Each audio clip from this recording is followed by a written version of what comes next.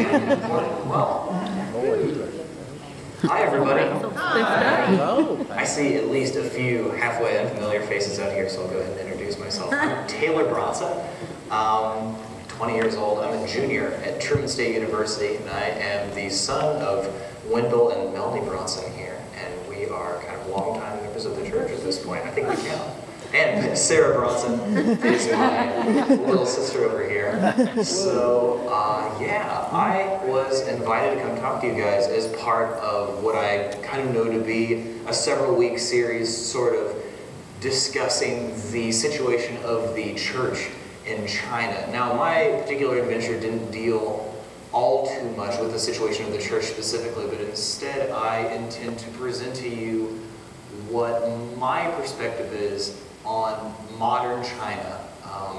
I had the incredible opportunity to spend my entire summer in China from late May all the way through to the beginning of August, May 20th to August 10th, as part of a study abroad trip led by my Truman State University Chinese professor.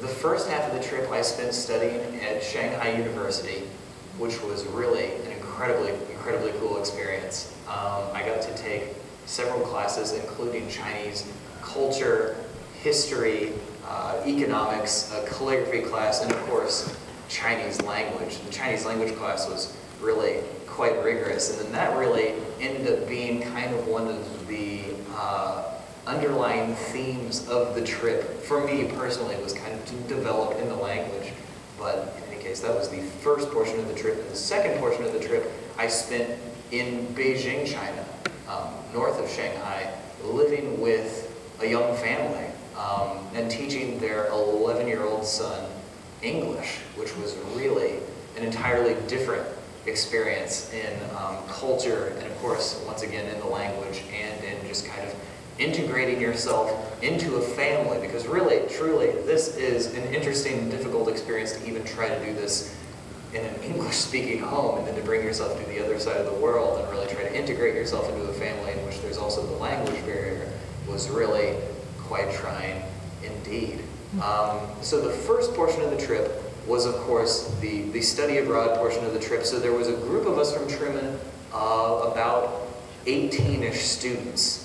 There were 5 students that were art students, and they were kind of doing their own thing entirely. They had a little internship, but then the rest of us were the language students. And we started by flying all the way across the Pacific Ocean. You kind of march up and around Antarctica and then kind of come back down. They don't really take you straight across the ocean. I think that's probably safety. So they don't want you to go crash on the ocean or whatever when you're up in the air for that long. They take you kind of up and around Alaska, and it ends up taking about 13 and a half, 14 hours in the air to get from Detroit to kind of anywhere in China. It ended up taking us significantly longer than that, more than 20 hours, because we had a layover in Tokyo, got ourselves kind of stuck in Japan for a little bit before we did make it all the way over to Beijing. That was our first little destination along the trip there. So we stopped off in Beijing, and we stayed at an art school. It was the Mao Zedong Art School of great fame in China, I guess. A really kind of thoroughly established art school that had been there for several years, since the reign of Mao Zedong. And he set this up in such a way that it was the cream of the cream of the cream of the art crop would come to this particular school to study. So we got to kind of integrate ourselves in amongst the art students and hang out with them and become friends with them. I actually have a few people from this art school that I'm friends with that I talk to this day. I had one call me yesterday. Now, we had some connection issues, so I didn't actually get much of a conversation in with him, but he called me, wanted to chat, trying to use the little Google phone, which is really pretty cool.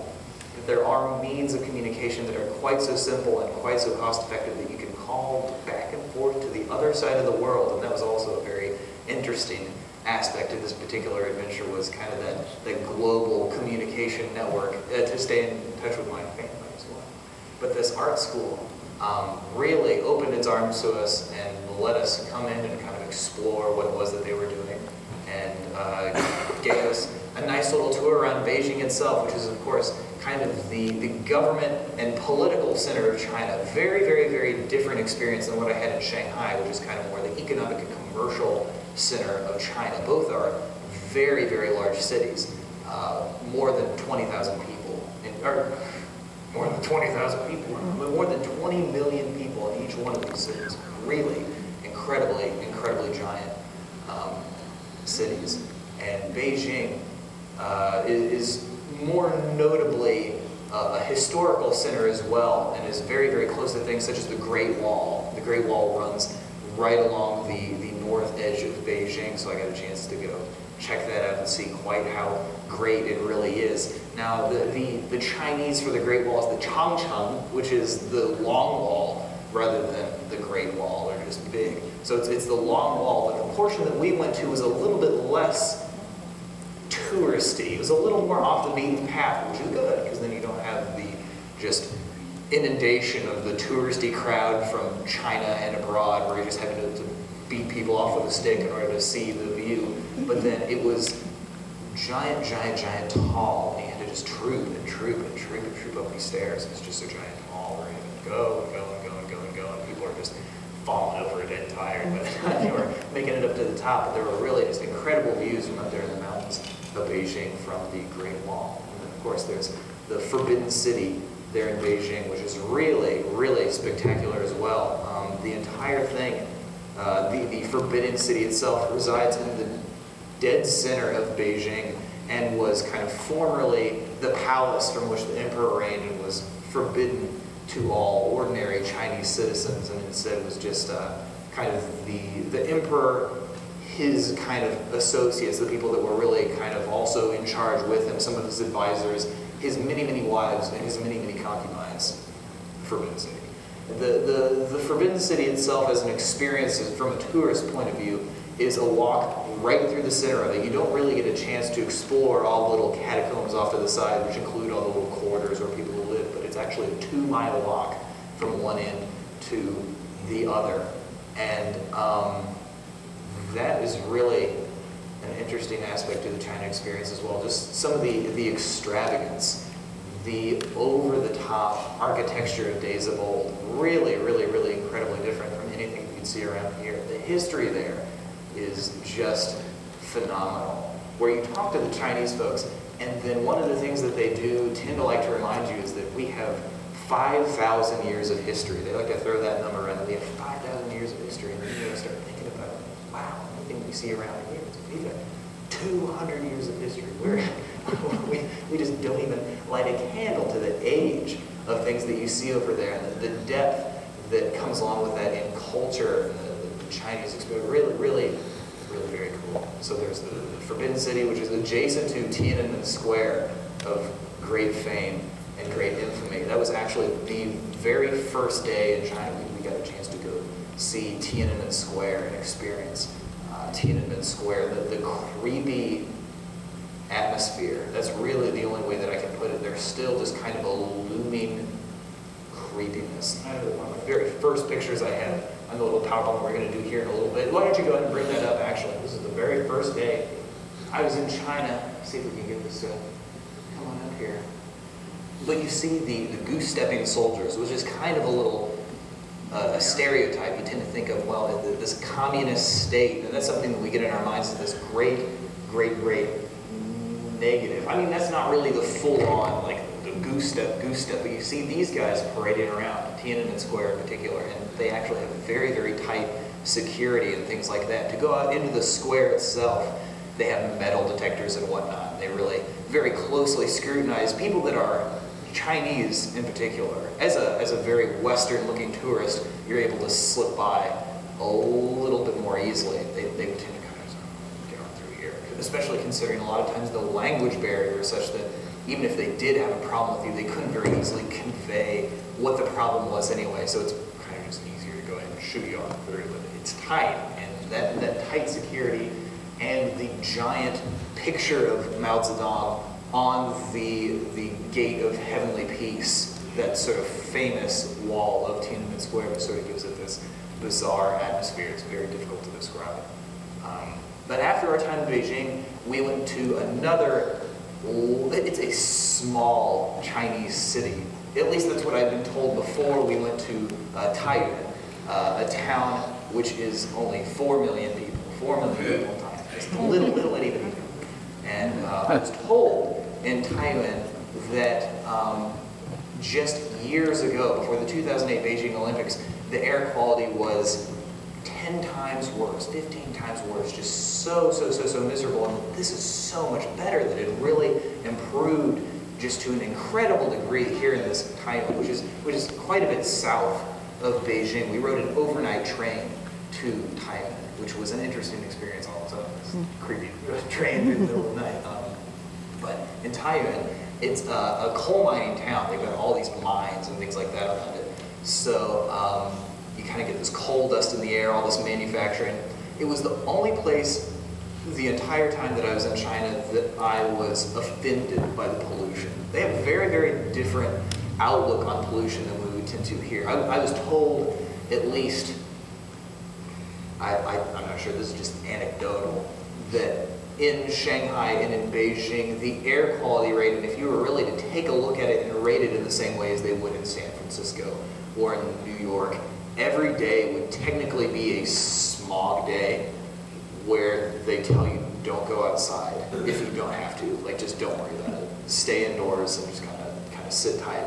But then it's just not even the kind of thing that they worry about. The standards are just quite so different. But I was never really offended by it until I got to Taiyuan, this little coal mining village of 4 million.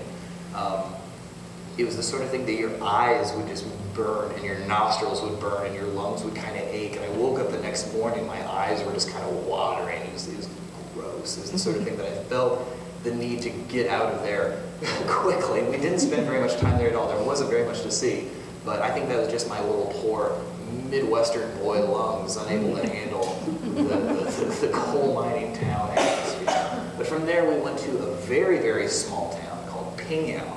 Pingyao is one of the last remaining walled cities, which was really very cool, notable for its architecture. Interesting, but I personally felt like it had sort of not quite decided whether or not it wanted to strictly be a tourist attraction or be an actual functioning village, and being torn in that way created a very interesting dynamic amongst the villagers and in the actual storefronts and things like that itself. It was an unusual experience. After that, went to Xi'an, got to see the terracotta warriors and whatnot, and after that, it was on to Shanghai, where I studied, so I was very busy in Shanghai. After Shanghai was Beijing. Why don't we go ahead and pull up some pictures here? I'm going to go ahead and just walk us through, show some pictures. We have our goose-stepping soldiers here. I guess we already had the pictures pulled up. Goose-stepping soldiers, this is next to Tiananmen Square. This is in the first little bit of time that I spent there in China. In this same area are all of the government buildings and the National Museum. So the Tiananmen Square area is kind of like the mall in Washington, D.C. It's actually the world's largest public square, or something to that effect, I think, technically. There is their Congress building there as well, which it's really interesting to start getting into conversations with people kind of along the lines of politics. This is a Congress consisting of people that get together and kind of act on things in a semi-parliamentary fashion, but it's almost universally known to be a sham. That everyone knows that it's just this giant joke that sort of sits as kind of amongst the figurehead. You kind of have the Communist Party, and then you have sort of this little parliament. And if the parliament decides anything that goes along with the Communist Party, well, then that's great. They're applauded. But if they decide anything that goes against what it is that the Communist Party has decided, they are immediately rejected. And it's as simple as that. And everyone kind of knows that that's just sort of how things go. They just don't worry about the decision that was made. So that's a little disconcerting in some ways. Why don't we go ahead and go on to the next picture? This is me in Tiananmen Square. Here we got the Mao Zedong's face on our He looks like he is. I'm looking all smiley. You got all kinds of fun stuff going on there. All kinds of little vendors and things like that that have managed to get themselves past security. Mao Zedong is an interesting character. Now, while I was in China, I have another picture that highlights this even better, but it was actually the 90th anniversary of the Communist Party, which sounds kind of creepy and disconcerting on this side of the ocean, but they were really into it. Like, it was a big celebration. They had giant topiaries that were shaped like 90, they're in Chinese